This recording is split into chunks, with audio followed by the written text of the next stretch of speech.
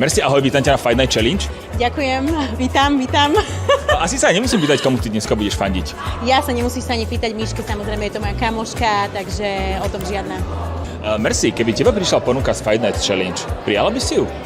Určite by som to zvážila, záleží, že s kým by to bolo, za koľko by to bolo a či by som mala dobrú životnú poistku. OK, aká je taká cena, za ktorú by si už bola ochotná nad tým rozmýšľať? Tak akože myslíš za jeden zápas? Neviem, 5-6? No, To je také adekvátne. To je taká reálna suma podľa mňa. Myslím si, že áno. OK, a s kým si to vieš predstaviť v tom ringu? No viem si to predstaviť zo Sandy. Takže by sme mali aj zápas tohto ročných rúžičiek. No podľa mňa akože áno, lebo v tom bazéne to bolo drsné, ale ako hovorím, že Sandy, že je dobrá vo vode, neznamená, že bude dobrá aj v ringu. A čo tak Laura, pretože tá sa pár dní dozadu vyjadrovala, že by si to, hlavne teraz s tebou, možno aj rada rozdala, na základe tých tvrdení, ktoré si dala o nej. Vieš čo, úprimne ti poviem, že toto som nezachytila, lebo ja ju vôbec akože nesledujem ani neviem, ale ja sa chcem byť iba s príčetnými ľuďmi, takže tak.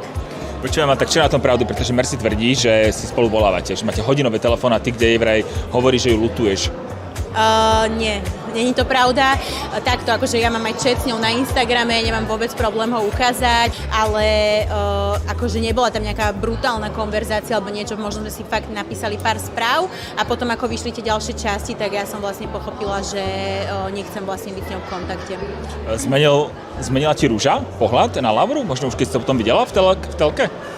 Určite áno, ale takto, akože ja určite nechcem Lauru nejako haniť, že je to zlý človek alebo niečo, proste ja len nechcem s takýmto človekom byť v kontakte, to je asi celé, že ja chápem, že išla tam robiť show, ja to všetko beriem, je to reality show, ale sú potom niektoré veci, ktoré sú aj mimo reality show, ktoré sa stali a boli odznené a tie už za mňa neboli v pohode. Počkaj, na čo narážaš? To si nechám asi do súkromia radšej. Merci, poďme ale trošku do Rúže. Sleduješ epizódy? Vieš teraz, kde sa momentálne nachádzame v telke? Áno, viem, kde sa nachádzame. Bola naposledy vizualizácia a vlastne pool party, teda akože v akvaparku.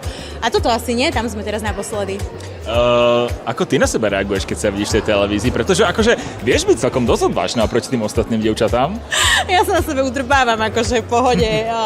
Ja ti úprimne poviem, že ja som taká, že ja si absolútne neberiem nejakú kritiku k telu alebo niečo. Keď sa to niekomu nepáči a nemám ma rád, je to v pohode. Myslím si, že najhoršie je práve, že to, keď sa chce človek zavďačiť všetkým a chce sa páčiť všetkým, o to sa proste nedá.